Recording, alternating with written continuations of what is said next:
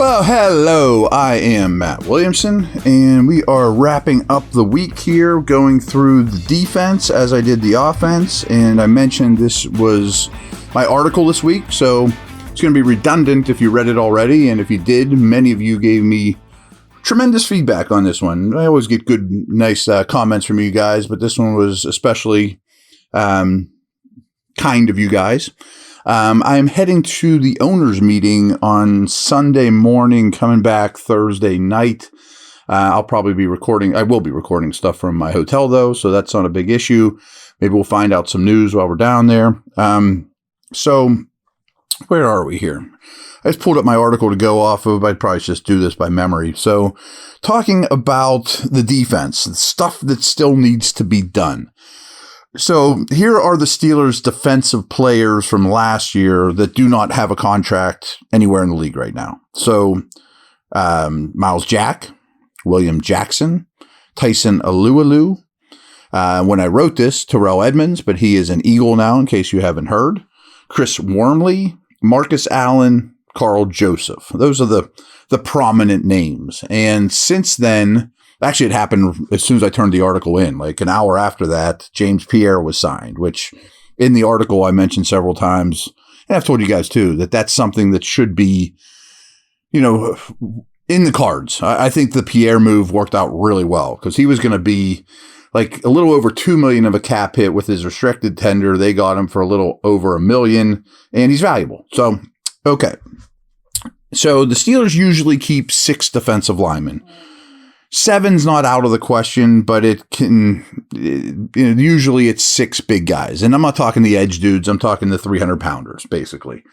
Cam Hayward, Ogunjobi, Leal, Adams, Loudermilk are the 5 that are, and when I say the prominent names, there are a couple other guys that are camp bodies that have some but these are the guys I think are the contributors, the names. I'm not going to dig crazy down into a name that has no chance of being there that's on a futures contract or something like that. So those 5 are under contract. I think Loudermilk's at a put up or shut up stage, a stage of his career. They could move on from Adams and save a little money as well. But basically they need 2 more. I think you need a nose tackle type, assuming you're going to keep the same defensive scheme as they have. Someone preferably better than Adams, or a 2nd-round pick or a 4th-round pick nose that's going to be better than Adams, you hope.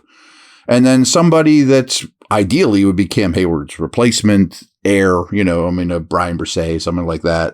Or even just somebody to push Loudermilk. So I listed a few, so if you start just with the nose, there's a couple names I like that are still in free agency. Ashawn Robinson is really attractive to me. And then there's some older dudes like Linval Joseph, Akeem Hicks. Those guys aren't going to sign until right before the season, though. That's just the way that usually goes. You could also draft a Mazzie Smith or a Ika from Baylor. Those would be day 2 options. I don't think nose on day 1 is in the picture. But how about what I call tackle, you guys mostly call ends, the Tuitts, the Aaron Smiths, the Cam Haywards. Some names out there that would help there are Matt Ioannidis, Shelby Harris, Namakong Suh, who could also play the nose, Calais Campbell, Jerry Tillery. Bringing back Wormley makes as much sense as most of those, though, and he'd probably be cheaper. We've talked draft a lot. Brisset, I mentioned, he would be the only 1st-rounder I would consider. There's some 2nd-round options, but it's not a great draft for interior D linemen. I really like Gervin Dexter from Florida, but he's a project. Zach Pickens, Keanu Burton. So those are the names you're looking at there. So I feel like they need to add 2, what I'm going to call defensive linemen, a nose and a end tackle type. I also think they're going to need to add 1 more edge player. So we know Watt and Highsmith are the starters. Quincy Roche is back with the team. I'm not sure if all of you knew that. And they also gave Jones a contract, who I think is useful. And I think Jones will be your number 4. Can Roche make you keep 4 or keep 5? They usually keep 4. I think what you're lacking right now is the number 3, the first guy off the bench behind Watt and Highsmith. I don't know that Roche can become that dude or not, to be very honest with you. But I do like the Jamar Jones re-signing.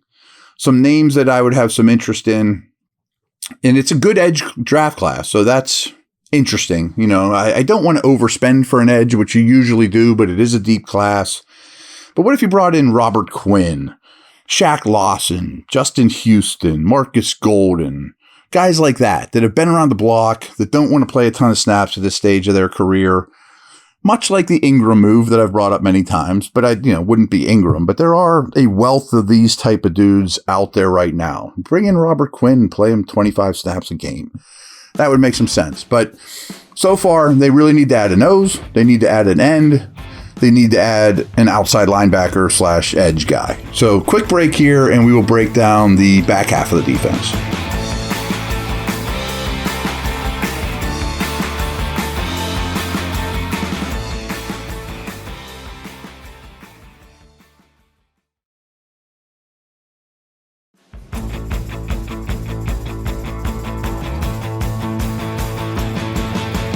So we are back. We already have seen sweeping changes, really, at off-the-ball linebacker. You have 2 new starters in Holcomb and Roberts, and Robinson's in the mix as well. They picked up Tay Crowder. I said he's in the mix. There's a couple of those type of guys that are Roche is in the mix. I don't know if I put Loudermilk at that level, but he's a little above that, obviously. But I do think they're going to bring in another. I would not use a 17th pick on any of these linebackers. At 32, though, supposedly they have some interest in Trenton Simpson from Clemson, Jack Campbell, Drew Saunders. So those guys have some interest for me. I have a feeling, I don't want to say that. You could also wait. There's guys like Dayon Henley, Henry Toto from Bama.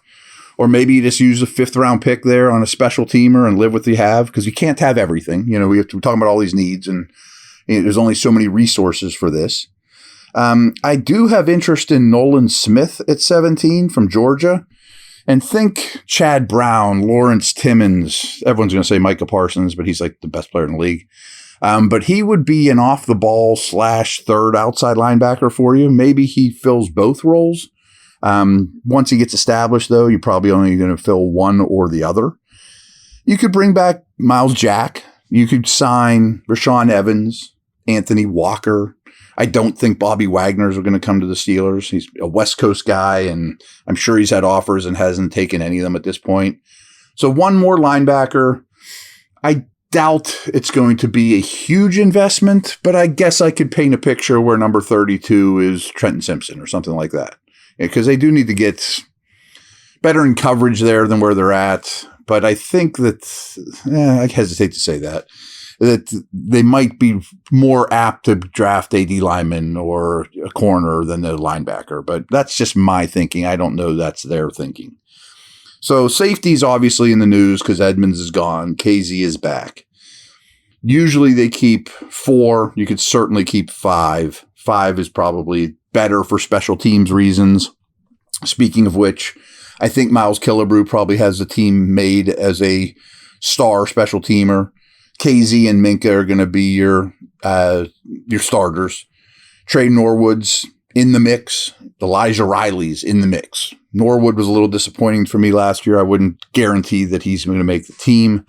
So much like outside linebacker or edge, they need their 3rd guy, or even a strong, I would imagine they want an Edmonds replacement, not someone still like Minka and KZ. You could consider in the draft. I don't love it.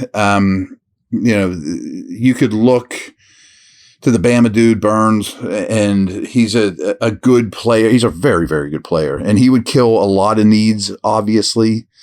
I think that's a Branch. I'm sorry, I called him Brian Burns. I always do that he's the edge guy for the Panthers. But Brian Branch would be a similar, you probably have to use 17 on him, but he might fall to 32 after a very lackluster combine. He would be very similar to Minka and KZ. I mean, I think that the interchangeableness of those guys is intriguing, but I still think they're more in the market for a strong than they are another one of those versatile types. And that doesn't mean Branch can't be in the mix. I mean, he would be your slot corner from day one, too. But Minka and KZ can also be your slot corner. So again, you're looking for your number 3. You're looking for your Edmonds replacement. And I don't love Adrian Amos at this stage of his career, Penn State guy, but he would be a fallback option. The 2 names I like are Taylor Rapp and John Johnson. And I'm sure you could get them to similar deals that Edmonds signed. Not a ton of money. That wouldn't be all that difficult to deal with. But maybe most likely your 3rd round pick's a safety. And I don't love this safety class, but then you could stagger your money and age a little bit better. You know, Jair Brown, Jartavis Martin, Jamie Robinson, Sidney Brown, Christopher Smith, Jordan Battle. Overall, it's an average class of safeties, but there'll be somebody there in round 3 or 4. There'll be a great special teamer from the start, your 3rd guy. It's not ideal, but it's okay. We've talked corner a lot. So I absolutely think the Steelers will draft a corner with one of their top 3 picks. And to me, that's becoming more and more clear. You can keep 6, especially depending how the slot works out. Is it going to be a safety? Is it going to be a corner? Is Millette making the team? But Millette and Pierre, Witherspoon, at least for now, Levi Wallace, and Peterson are your corners under contract. So that's 1, 2, 3, 4, 5. Does Millette guaranteed a spot? No. Could you cut Witherspoon at any point and save money? Sure. Millette's your only true slot of that group. I also have some interest. Maybe we'll have a whole Patrick Peterson podcast at some point, because I do think they're going to use him in more ways than he's been used before at this stage of his career. Branch would sure help would eliminate your slot need and make it a strength. But I mean, that's an early pick. That's 17 or 32 or trading down from 17. You could also draft a true slot like LaDainian Tomlinson's kid, who's small, but he's fast as could be and is a good player. Clark Phillips is a slot that is a day 2 guy. I mean, you'd be lucky to get him in the 3rd round. Is probably more like your mid-2nd round pick. But where the draft is heavy, and you and I, we've talked about this a ton, there's a dozen outside corners, starting with Porter, that could be in the mix from the 17th pick to 32 to the mid-2nd rounder. There's a long list of those names. There'll be guys available. If you have any pipe dreams about Christian Gonzalez or Devin Witherspoon, let me crush those right now. Witherspoon and Gonzalez will not be there. They're going to go pretty high. They will not make it to 17. I think Porter's got a 50% chance, maybe less, chance of making it there. I can't imagine the Steelers would sign an outside corner, especially with all the ones available in the draft. Rock Ya-Sin, Marcus Peters. I don't think that's in the cards at all. The only name I came up with was Bryce Callahan. He's had some injuries, but he's a pure slot and has had a good career. You could get him probably at a reasonable price. There's a lot of guys like Eli Apple and Ronald Darby, Shaq Griffin that all have something wrong with them. I don't know that that's any better than Spoon at this point. But I do expect this to be a pretty heavy draft on defense, defensive draft. You got to get younger there. Got to get a little cheaper for the future. But there are holes is a strong word. I mean, you need to add, there are guys that are going to make the roster. You're going to need to add a nose. You're going to have to add another defensive lineman, D-tackle, D-end type. You're going to need a 3rd outside linebacker. Some sort of off-the-ball guy. It could be someone better than all the guys you have. Maybe it's your 3rd. I don't know exactly how they look at that. I think a strong safety and an outside corner at a minimum. So those are the things they'll be shopping for the rest of the way here. Bargain prices on free agents. Certainly in the draft. It's going to be a defensive-heavy draft. So thanks, everyone. Have a great weekend. Over and out.